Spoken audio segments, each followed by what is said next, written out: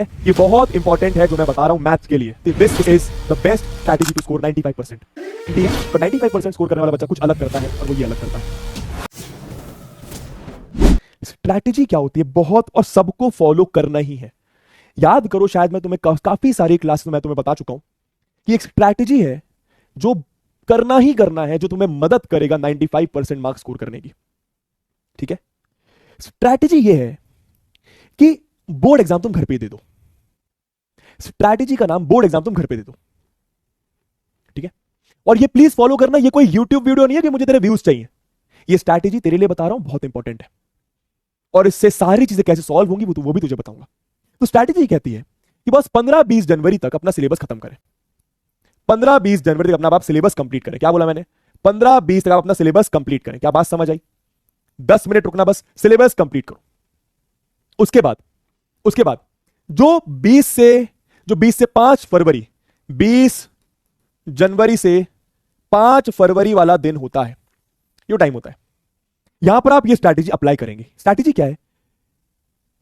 Market में जाओ और 7-8 सैंपल पेपर मैथ्स के लेकर आओ। 7-8 सैंपल, मैं मैथ्स की बता रहा हूं, तुम हर सब्जेक्ट में ये अप्लाई कर सकते हो, पर मेजरली मैथ्स में 7-8 सैंपल पेपर, बस 7-8। हार्ड कॉपी समझते हो? मतलब मार्केट में गए, हार्ड कॉपी खरीद के आ गए। कैसे निकालोगे? अरे भाईजान गूगल पे डालना PYQs या फिर previous year question paper of class 10th maths, previous year question paper of class 10th maths CBSE। आ जाएंगे बहुत सारे क्वेश्चन पेपर, उन सबको प्रिंट आउट करा के निकाल कर ले आओ। प्रिंट आउट कराना मतलब प्रिंट आउट कराना है, समझ में आया?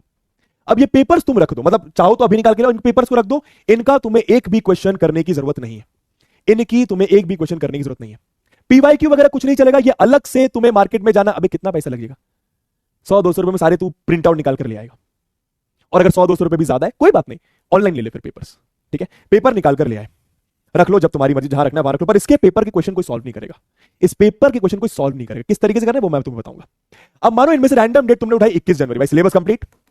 21 जनवरी सुबह उठे, मतलब सुबह उठना है, मतलब सुबह उठना है। ठीक है, सुबह उठे, 21 जनवरी तुम सुबह उठे। ठीक है, कितने बजे उठ जाओ भाई? 9 बजे उठ जाओ, 9 बजे उठ जाओ, 9 बजे। ठीक है, तुम्हारे बोर्ड का एग्जाम 10:15 में स्टार्ट हो जाएगा, मतलब 10:15 से 10:30 बजे तक 15 मिनट तुम्हारे पास रीडिंग का टाइम होगा। तो तुम क्या करोगे? 9 से 10 में नाश्ता वाश्ता करना है, जो करना है वो कर लो। 10 बजे, 10:15 के आसपास, 10:15 पर, यहां बताता हूं, 10:15 पर ध्यान देना, 10:15 पर तुम एक पेपर तुमने उठाया, इनमें से रैंडमली कोई तुमने एक पेपर उठाया। 10:15 से 10:30 तुमने रीडिंग करी। क्या करी? 10:15 से 10:30 तुमने पेपर की रीडिंग करी। क्या करी? Reading of the paper.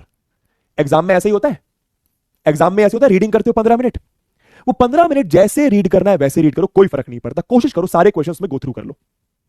ठीक है, अब 10:30 बजे से लेकर 1:30 बजे तक कितने घंटे हो गए? 3 घंटे।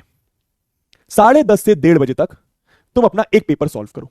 कहां सॉल्व करोगे? अपनी कॉपी में, प्रॉपर उसी तरीके से सॉल्व करना जैसे बोर्ड एग्जाम में करोगे। कोई भी उन पेपर के क्वेश्चन रैंडमली नहीं लगाएगा कि भाई आओ आज ये पेपर का ये क्वेश्चन करता हूं, फिर ये क्वेश्चन करता हूं, फिर ये क्वेश्चन। नहीं नहीं नहीं नहीं, ना ना ना ना, नो नो नो नो ना। ठीक है, अब इस समय कोई स्कूल नहीं होते तेरे, और स्कूल है तो छोड़ दे स्कूल को। ठीक है, बस 5-6 दिन की बात है, 7-8 दिन की बात है। ठीक है, 10:30 से 1:30 तुमने 3 घंटे अपना प्रॉपर पेपर करा। प्रॉपर उठना नहीं है, पानी लेके बैठो, टाइमर लगा के बैठो। 1:30 बजे तुमने पेपर खत्म करा, 1:30 बजे तुमने पेपर खत्म करा, टाइम ओवर। आधे घंटे का ब्रेक ले लो, आधे घंटे का break, half an hour break. खाना खाना है, खाना खा लो, हाफ आवर, या फिर चलो 1 घंटा ले लो। चलो 1 घंटा आपने ब्रेक ले लिया, तुम्हारी मर्जी है ना। 1 घंटा तुमने ब्रेक ले लिया, 1 घंटा तुमने क्या लिया? ब्रेक ले लिया। ठीक है, और उसके बाद तुम अपने पेपर को चेक करोगे। क्या करोगे? चेक। जो तुमने पेपर में करा है उसको तुम चेक करोगे। खुद से ही चेक करना है, खुद से ही चेक करना है। तुम्हारे पास कोई भैया दीदी, उनसे चेक करो, तुम्हारी मर्जी, पर मैं बोलूंगा खुद से चेक करो। खुद से तुम्हें चेक करना है, समझ में आया? और ऐसा तुम्हें 7-8 सैंपल पेपर के साथ करना है। अब इसके फायदे देख। फायदा नंबर 1 है ना। अच्छा, अब जरूरी नहीं है कि भाई 21 को बैठे तो 22 को भी बैठना है, 22 को कोई, अबे तू समझ, दोपहर तक तेरा मैथ्स पूरा सॉर्टेड है।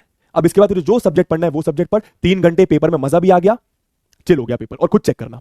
नंबर 1 चीज, जो कॉन्सेप्ट तुम्हारे वीक हैं, जिनके तुम्हें क्वेश्चंस नहीं बन रहे, उनको तुम वापस रिवाइज करोगे। क्या बात समझ में आ रही है? तो ये करने से तुम्हारा रिवीजन बहुत अच्छा होगा, बहुत अच्छा रिवीजन। प्लस प्लस मुझे बताओ, सब लोग गिनकर, मैथमेटिक्स के स्टूडेंट हो, 7-8, अगर तुम 7 पेपर्स भी करते हो, 38 क्वेश्चंस एक पेपर में होते हैं। 38 इंटू 7 कितने क्वेश्चंस हो गए? 38 इंटू 7 कितने क्वेश्चन, जल्दी बताओ। 38 7 जा 56, 21, 266। 266 क्वेश्चंस की प्रैक्टिस, 266 क्वेश्चंस की प्रैक्टिस, समझ रहे हो? तीसरी चीज बहुत इंपॉर्टेंट, जब तुम अपना पेपर चेक करोगे तुम्हें सिली मिस्टेक्स मिलेंगी। वो सिली मिस्टेक्स, अगर पहले पेपर में तुम्हें 15 सिली मिस्टेक्स मिली हैं, तो मुझे सोच कर बता, दूसरा पेपर जब तू देने बैठेगा उसमें 15 से ज्यादा सिली मिस्टेक्स होंगे या 15 से कम सिली मिस्टेक्स होंगे? चल मान दूसरे पेपर में भयंकर सिली मिस्टेक्स हो गई, तीसरे पेपर तक आते आते तू पेपर चेक भी कर रहा है, ठीक है, लैग हो गया भाई, है ना? तू, अबे यार ये लैग क्यों हो गया? हाँ, आप सिर्फ पेपर दे नहीं रहे हो, आप पेपर चेक भी कर रहे हो। क्या ये बात समझ आ रही है? तो जब आप चेक कर रहे हो आपको समझ में आ रहा है आप किस तरीके से पेपर कर रहे हो, और सॉल्यूशन इन पेपर्स का, जहां से तुम पेपर निकालोगे उसके बगल में उसका सॉल्यूशन भी होता है, ठीक है? जहां से तुम पेपर निकालोगे ना उसके बगल में उसका सॉल्यूशन भी होता है, सॉल्यूशन तुम देख के चेक कर सकते हो। सिली मिस्टेक तुम्हारी कम होना चालू हो जाएंगी, समझ में आया? तो सिली मिस्टेक्स वाला काम भी पूरा हो गया। चौथा, पहले पेपर में तुम्हें समझ में नहीं आया किस तरीके से टाइम मैनेज करना है, तुम्हारे 5 क्वेश्चन छूट गए भैया, अगले पेपर मानो 7 क्वेश्चन छूट गए। क्या जैसे जैसे तुम 7 पेपर्स दोगे, क्या तुम्हें टाइम मैनेज करना नहीं आ जाएगा? भाई पहले दूसरे तीसरे पेपर में मान क्वेश्चंस छूटे, चौथे पेपर में तू थोड़ा सा और तेज करना स्टार्ट कर देगा पेपर। क्या टाइम मैनेजमेंट इससे सही हुआ कि नहीं हुआ? सोच के देखो। क्या टाइम मैनेजमेंट वाली चीज, भाई पेपर में टाइम कैसे मैनेज करें, पेपर में टाइम कैसे मैनेज करें, हुआ कि नहीं हुआ? और टाइम मैनेजमेंट में यह भी आता है कि भाई तुमने मान पहले पेपर में तूने स्टार्टिंग से सेक्शन ए से स्टार्ट करा, तो दूसरे पेपर में सेक्शन बी से स्टार्ट कर दे, तीसरे पेपर में फिर सेक्शन बी से स्टार्ट कर दे। 3-4 पेपर देने के बाद तुझे समझ में आ जाएगा कि तू बेहतर परफॉर्मेंस कब कर रहा है, सेक्शन ए से स्टार्ट करने के बाद या सेक्शन डी से स्टार्ट करने के बाद या ई से स्टार्ट करने के बाद। क्या मेरी बात समझ में आ रही है? मैं हमेशा एडवाइस करता हूं सेक्शन ए से स्टार्ट करो, समझ में आया? तो टाइम मैनेजमेंट वाली चीज पूरी क्लियर हो रही है, और इसमें तो समय नहीं लगता है। चौथी चीज, बहुत सारी प्रैक्टिस हो गई, बहुत सारी प्रैक्टिस हो गई, बहुत सारी प्रैक्टिस हो गई। पांचवी सबसे इंपॉर्टेंट, मुझे बताओ, किसी भी पेपर में स्कोर करने के लिए पढ़ाई तो बहुत इंपॉर्टेंट होती है, रिवीजन बहुत इंपॉर्टेंट होता है, टेस्ट देना बहुत इंपॉर्टेंट होता है, क्वेश्चंस बहुत सारे वैरायटी के लगाना बहुत इंपॉर्टेंट होता है, पर सबसे इंपॉर्टेंट चीज क्या होती है किसी भी पेपर में अच्छा परफॉर्म करने के लिए? बताओ जरा, सबसे इंपॉर्टेंट चीज किसी भी पेपर में अच्छा परफॉर्म करने के लिए क्या होती है? बताइए जरा, बताइए जरा, बताइए जरा, सबसे इंपॉर्टेंट चीज किसी भी पेपर में अच्छा परफॉर्म करने के लिए क्या होती है? सबसे इंपॉर्टेंट चीज, सबसे इंपॉर्टेंट चीज बताओ जरा। कोई बोल रहा है दिमाग, बहुत अच्छे। Confidence, confidence, confidence is the most important चीज। जब आप किसी पेपर में ऐसे घुसते हो ना कि बॉस मेरे को डर नहीं लगता, मेरे को डर नहीं लगता, क्यों डर नहीं लग रहा? क्योंकि तुम्हारा डर जा चुका है। अब बताना जरा क्यों डर जा चुका है, कोई मुझे सोच कर बताएगा डर क्यों जा चुका है तुम्हारा? अगर तुमने ये सारी चीजें परफॉर्म कर ली तो आपका डर क्यों जा चुका है कोई मुझे बताएगा? और जेन्युइनली चले जाएगा। तुम बोलते ना डर लग रहा है, डर लग रहा है, डर लग रहा है, अरे तू ये परफॉर्म कर ले बस, जो मैंने बताया, ये डर कम हो जाएगा। बता क्यों डर इसीलिए कम हो जाएगा, डर इसीलिए कम हो जाएगा क्योंकि सबसे पहली चीज, सबसे पहली चीज, जिस समय तुम्हारा बोर्ड का एग्जाम होता है तुम एग्जैक्ट उसी समय पे बोर्ड अपने घर पे प्रैक्टिस कर रहे हो बोर्ड एग्जाम देने की, तो तुम्हारा एक बॉडी का क्लॉक डेवलप होता है। आप समझ रहे हो? जब आप एक काम हर दिन सेम टाइम पर करते हो तो बॉडी को उस चीज की आदत लग जाती है, और तुम ये 3 घंटे 7 दिन खतरनाक अगर दिमाग चला रहे हो तो उस दिन भी तुम्हारा भयंकर दिमाग चलेगा, ये 3 घंटे भयंकर दिमाग चलेगा। आप समझ रहे हो मैं क्या बोल रहा हूं? आप समझ रहे हो मैं क्या बोल रहा हूं? और तू खुद सोच के देख, डर वाली बात जो तू कर रहा था, अगर तू घर पे ही बोर्ड एग्जाम देके चलेगा 6-7 बार, तो जब तू बोर्ड एग्जाम एक्चुअल देने जाएगा तो डर कम लगेगा ज्यादा लगेगा तेरे लिए? तो मैं ये नहीं बोल रहा डर एकदम ही चले जाएगा, थोड़ा सा डर जायज है, थोड़ा सा डर लगना भी चाहिए, लेकिन डर दोस्तों तुम्हारा कम हो जाएगा। रीजन बीइंग, तुम ये सोचोगे, तुम्हारी बॉडी को तुम ये बता चुके यार यार ये तो मैं करता रहता हूं, अभी 7-8 पेपर मैंने घर पे दिए हैं, बढ़िया गए थे, ये 9वां पेपर भी बढ़िया जाएगा।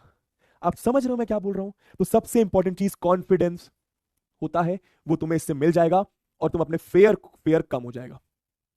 आप समझ रहे हो? तो सारी की सारी चीजें इस स्ट्रैटेजी से हो जाती हैं। और पता है जब मैं ऑफलाइन पढ़ाता था ना, ऑफलाइन जब मैं पढ़ाता था तो सिलेबस तो कंप्लीट हो जाता था दिसंबर जनवरी स्टार्टिंग तक, उसके बाद बच्चों को मैं क्या पेपर्स देता था, पेपर्स देकर, अब उनके पास अच्छी बात ये थी मैं चेक भी मैं ही कर देता था, पेपर्स देता था, ये सारी चीजें दूर होती चली जाती थी। ठीक है, मैं जेन्युइनली कह रहा हूं, मैं जेन्युइनली कह रहा हूं। कोई बोल रहा है पीवाईक्यू सैंपल पेपर, तुम बस गूगल पर डालना previous year question paper of boards, वहां पर 7-8 जो भी पेपर्स आए सीबीएसई वाले वो निकाल कर ले आना बस, ठीक, खत्म बात। ठीक है, और उसका सॉल्यूशन बगल में दिया होता है, चाहो तो वो भी निकाल लो या चाहो तो उसको ऑनलाइन देख लेना, तुम्हारी मर्जी। ठीक है, ये बहुत इंपॉर्टेंट है जो मैं बता रहा हूं मैथ्स के लिए, इसके अलावा कुछ और करने की जरूरत नहीं होती। This is the best strategy to score 95%। ठीक है, तुम रिवीजन करके जाओगे, नॉर्मल क्वेश्चन लगा के जाओगे, आ जाएंगे 85 90, पर 95% स्कोर करने वाला बच्चा कुछ अलग करता है, और वो ये अलग करता है। ठीक है, चलो, तो thank you so much, I hope आप ये स्ट्रैटेजी फॉलो करेंगे, है ना, प्लीज करना। और पता है इसको करने में मजा भी बहुत आता है, बहुत मजा आता है, बहुत लिटरली बहुत मजा आता है, लिटरली। और तुम ऐसा फील करके करना कि बबुआ तेरे साथ बैठा हुआ है बगल में। ऑफलाइन में बच्चों के साथ ही बैठ रहा था, 3-3 घंटे साथ बैठा हूँ, फोन चला रहा हूँ, पबजी खेल रहा हूँ, मम्मी पापा से उनकी बातें कर रहा हूँ, खाना वाना वहीं खा रहा हूँ, 6-6 घंटे उनके घर पे ऐसा बैठा रहता था मैं। ठीक है, तो तुम बस ऐसा फील करके पेपर देना कि बबुआ मेरे साथ ही बैठा है यार।